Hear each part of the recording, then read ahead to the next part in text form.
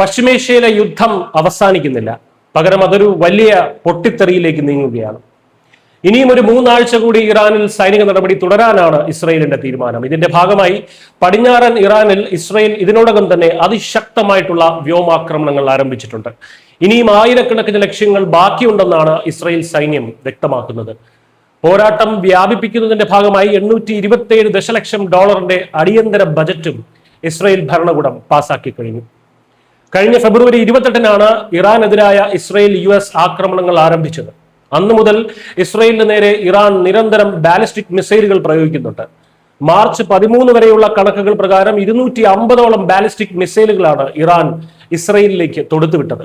ഇതിൽ ഭൂരിഭാഗവും ഇസ്രയേൽ തകർത്തുവെങ്കിലും മിസൈലുകൾ വീണും അവശിഷ്ടങ്ങൾ പതിച്ചും ഇതുവരെ 12 പേർ ഇസ്രയേലിൽ കൊല്ലപ്പെട്ടു. യുദ്ധം കടുക്കുമ്പോൾ അമേരിക്കയ്ക്കും സഖ്യകക്ഷികൾക്കും ഇത് വലിയൊരു സാമ്പത്തിക ബാധ്യതയാവുന്ന കാഴ്ചയാണ് നമ്മൾ കാണുന്നത്. ഗൾഫ് രാജ്യങ്ങളിൽ സ്ഥാപിച്ചിരുന്ന അമേരിക്കൻ വ്യോമ പ്രതിരോധ സംവിധാനങ്ങളുടെ സ്റ്റോക്ക് ഏതാണ്ട് തീർന്നു കഴിഞ്ഞു. ഇതോടെ ദക്ഷിണ കൊറിയയിലുള്ള അമേരിക്കയുടെ പാട്രിയറ്റ് ബാറ്ററികൾ അപ്പാടെ ഇളക്കി GCC രാജ്യങ്ങളിൽ സ്ഥാപിക്കുകയാണ് അമേരിക്ക. എന്നാൽ തങ്ങളുടെ പക്കൽ മിസൈൽ പ്രതിരോധ സംവിധാനങ്ങൾ കുറയുകയാണെന്ന റിപ്പോർട്ടുകൾ ഇസ്രയേൽ വിദേശകാര്യമന്ത്രി ഗിദിയോൺ സാർ തള്ളിക്കളഞ്ഞു. ഇറാന്റെ ഷഹീദ് ഡ്രോണുകളാണ് ഈ പ്രതിസന്ധിക്ക് പ്രധാനപ്പെട്ട കാരണം. ഇറാന് ആവശ്യമായിട്ടുള്ള ആയുധ പിന്തുണ നൽകുന്നത് ചൈനയാണ്. എന്നാൽ നേരിട്ട് ആയുധങ്ങളായിട്ടല്ല, മറിച്ച് സ്പെയർ പാർട്സുകളായാണ് ചൈനീസ് കമ്പനികൾ ഇവ ഇറാനിൽ എത്തിക്കുന്നത്. ഇറാൻ ഇത് വളരെ വേഗത്തിൽ അസംബിൾ ചെയ്ത് മിസൈലുകളും ഡ്രോണുകളും ഒക്കെ ആക്കി മാറ്റുന്നു. അമേരിക്കൻ പ്രതിരോധ കമ്പനിയായ ലോക്ഹീഡ് മാർട്ടിൻ ഒരു വർഷം 600 ആയുധങ്ങൾ ഉണ്ടാക്കുമ്പോൾ ചൈനീസ് പ്രതിരോധ കമ്പനികൾ ഒരു മാസം കൊണ്ട് 400 എണ്ണമാണ് നിർമ്മിക്കുന്നത്. യുദ്ധകളത്തിൽ ഈ നിർമ്മാണ വേഗത വലിയൊരു വ്യത്യാസം തന്നെയാണ് ഉണ്ടാക്കുന്നത്. ശീതയുദ്ധകാലത്ത് സോവിയറ്റ് യൂണിയനെതിരെ അഫ്ഗാനിസ്ഥാനിൽ അമേരിക്ക മുജാഹിദീനുകളെയും മറ്റു സായുധ സംഘങ്ങളെയും എങ്ങനെയാണോ റഷ്യക്കെതിരെ സോവിയറ്റ് യൂണിയനെതിരെ പ്രോക്സികളായി ഉപയോഗിച്ചത്, അതിന് സമാനമായ തന്ത്രമാണ് ചൈന ഇപ്പോൾ പയറ്റുന്നത്. അമേരിക്കയ്ക്കും പാശ്ചാത്യ രാജ്യങ്ങൾക്കുമെതിരെ ഇറാനെ ഒരു ചട്ടുകമാക്കി, അഥവാ തങ്ങളുടെ സ്വന്തം പ്രോക്സിയാക്കി ഉപയോഗിക്കുകയാണ് ചൈന. കുറഞ്ഞ ചെലവിൽ പ്രതിരോധ സാമഗ്രികൾ നൽകി ഇറാനെ പിന്നിൽ നിന്ന് സഹായിക്കുന്നതിലൂടെ അമേരിക്കയും സഖ്യകക്ഷികളെയും പശ്ചിമേഷ്യയിൽ തളച്ചിടാനാണ് ചൈനയുടെ ശ്രമം. GCC രാജ്യങ്ങൾ ആദ്യം അമേരിക്കയുടെ പാട്രിയോട്ട് വ്യോമ പ്രതിരോധ സംവിധാനങ്ങൾ ഉപയോഗിച്ചാണ് ഇറാന്റെ മിസൈലുകളും ഡ്രോണുകളും ഒക്കെ തടഞ്ഞിരുന്നത്. ഒരു പാട്രിയോട്ട് മിസൈലിന് മാത്രം $1.5 ദശലക്ഷം ചെലവാണ്. ഇറാന്റെ വില കുറഞ്ഞ ഒരു ഡ്രോൺ തടയാൻ 3-4 പാട്രിയോട്ട് മിസൈലുകൾ ഉപയോഗിക്കേണ്ടി വന്നു. ഈ സാമ്പത്തിക പ്രതിസന്ധിയിലാണ് ഉക്രൈന്റെ സാങ്കേതിക വിദ്യ ശ്രദ്ധ നേടുന്നത്. റഷ്യൻ ആക്രമണത്തിൽ ഇറാന്റെ ഷഹീദ് ഡ്രോണുകളെ നേരിട്ട് പരിചയമുള്ള ഉക്രൈൻ കുറഞ്ഞ ചെലവിൽ ഇവയെ തകർക്കാനുള്ള സാങ്കേതിക വിദ്യ വികസിപ്പിച്ചിട്ടുണ്ട്. എന്നാൽ GCC രാജ്യങ്ങൾ ഈ സാങ്കേതിക വിദ്യ സ്വന്തം പണം മുടക്കി ഉക്രൈനിൽ നിന്ന് നേരിട്ട് വാങ്ങാനാണ് അമേരിക്ക നിർദ്ദേശിച്ചിരിക്കുന്നത്. ഇതിനായി തങ്ങൾ പണം മുടക്കില്ല എന്നും അമേരിക്ക വ്യക്തമാക്കിയിട്ടുണ്ട്. പ്രതിദിനം $2 ബില്യൺ അമേരിക്കയ്ക്ക് ഈ യുദ്ധത്തിനായി ചിലവാകുന്നത്. ഇതിനു പുറമെയാണ് ഇസ്രയേലിന് നൽകുന്ന സാമ്പത്തിക സഹായങ്ങൾ കൂടി. യുദ്ധം ഇപ്പോൾ ഇറാനിലും ഇസ്രയേലിലും മാത്രം ഒതുങ്ങുന്നില്ല. ലബനനിലും ഇറാഖിലും ഇത് വലിയ നാശം വിതയ്ക്കുകയാണ്. തെക്കൻ ലബനനിലെ സിഡോണിൽ ഇസ്രയേൽ നടത്തിയ വ്യോമാക്രമണത്തിൽ ഹമാസ് ഉദ്യോഗസ്ഥനായ വിസാം താഹ കൊല്ലപ്പെട്ടു. ഇതിനു പുറമെ ലബനനിൽ ഇസ്രയേൽ നടത്തിയ വ്യാപകമായ രാത്രികാല ആക്രമണങ്ങളിൽ സിഡോണിലും അൽ ഖത്രാനിയിലുമായി 4 പേർ കൂടി കൊല്ലപ്പെട്ടിട്ടുണ്ട്. അതിനിടെ ഇറാഖിൽ നിന്നുള്ള വാർത്തകൾ ലോകത്തെ കൂടുതൽ ഭയപ്പെടുത്തുന്നതാണ്. ബാഗ്ദാദ് വിമാനത്താവളത്തിന് സമീപം ഇറാൻ പിന്തുണയുള്ള ഗ്രൂപ്പുകൾ നടത്തുന്ന ഡ്രോൺ ആക്രമണങ്ങൾ അവിടെയുള്ള അൽ ഖർഗ് ജയിലിന്റെ സുരക്ഷയെ ബാധിക്കുമെന്നും ഇറാഖ് മുന്നറിയിപ്പ് നൽകി.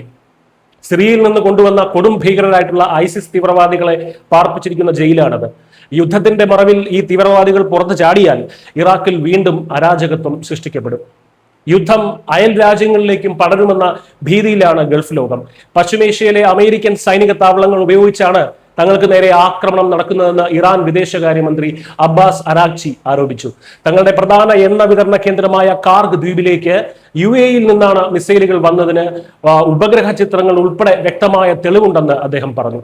ഇത്തരം നീക്കങ്ങളിൽ നിന്ന് മറ്റു രാജ്യങ്ങൾ പിന്മാറണമെന്നും അല്ലാത്തപക്ഷം തങ്ങൾ ശക്തമായി തിരിച്ചടിക്കുമെന്നും ഇറാൻ മുന്നറിയിപ്പ് നൽകിയിട്ടുണ്ട്. ഇതിനിടയിൽ ഇസ്രയേലുമായി സഹകരിച്ചു എന്ന സംശയത്തിന്റെ പേരിൽ പടിഞ്ഞാറൻ അസർബൈജാൻ പ്രവിശ്യയിൽ നിന്ന് 20 പേരെ ഇറാൻ അറസ്റ്റ് ചെയ്തു.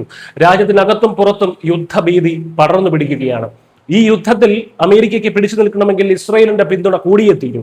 യുദ്ധം തുടങ്ങിയ പ്രസിഡന്റ് ഡൊണാൾഡ് ട്രംപിനെ സംബന്ധിച്ചിടത്തോളം ലക്ഷ്യം കാണാതെ പിന്മാറുന്നത് വലിയ തിരിച്ചടിയാകും. അതിനാൽ യുദ്ധം പൂർത്തിയാക്കുക, വിജയിക്കുക എന്നത് ട്രംപിന് ഒരു ഡു ഓർ ഡൈ സാഹചര്യമാണ്. ജീവൻ കൊടുത്തും പോരാടുമെന്ന മനോഗതിയിൽ ഇറാൻ യുദ്ധം ചെയ്യുമ്പോൾ അമേരിക്കയ്ക്കും ആ ഒരു തലത്തിലേക്ക് ഇറങ്ങാതെ വഴിയില്ല എന്ന അവസ്ഥയിലാണ്.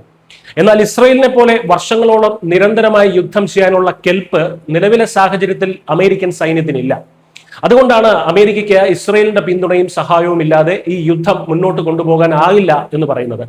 മുൻപ് അഫ്ഗാനിസ്ഥാനിൽ അമേരിക്ക നേരിട്ട ഏറ്റവും വലിയ പ്രതിസന്ധിയും എതിരാളികളുടെ ഈ ഒരു മനോഗതിയായിരുന്നു. മരണത്തിന് ശേഷമാണ് യഥാർത്ഥ ജീവിതം തുടങ്ങുന്നത് എന്ന് വിശ്വസിക്കുന്ന ഒരു ജനതയെ എങ്ങനെ പൊരുതി തോൽപ്പിക്കാനാകും?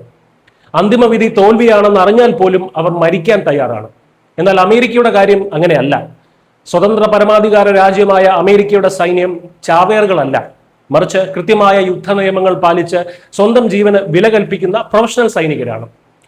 കൂടുതൽ ലക്ഷ്യങ്ങൾ തകർക്കാൻ ഇസ്രയേൽ കോപ്പുകൂട്ടുകയും സാങ്കേതിക വിദ്യകൾ കൈമാറി യുദ്ധതന്ത്രങ്ങൾ മാറ്റിമറിക്കപ്പെടുകയും ചെയ്യുമ്പോൾ ഈ യുദ്ധം അതിന്റെ ഏറ്റവും നിർണായകമായ ക്ലൈമാക്സിലേക്കാണ് നീങ്ങുന്നത്.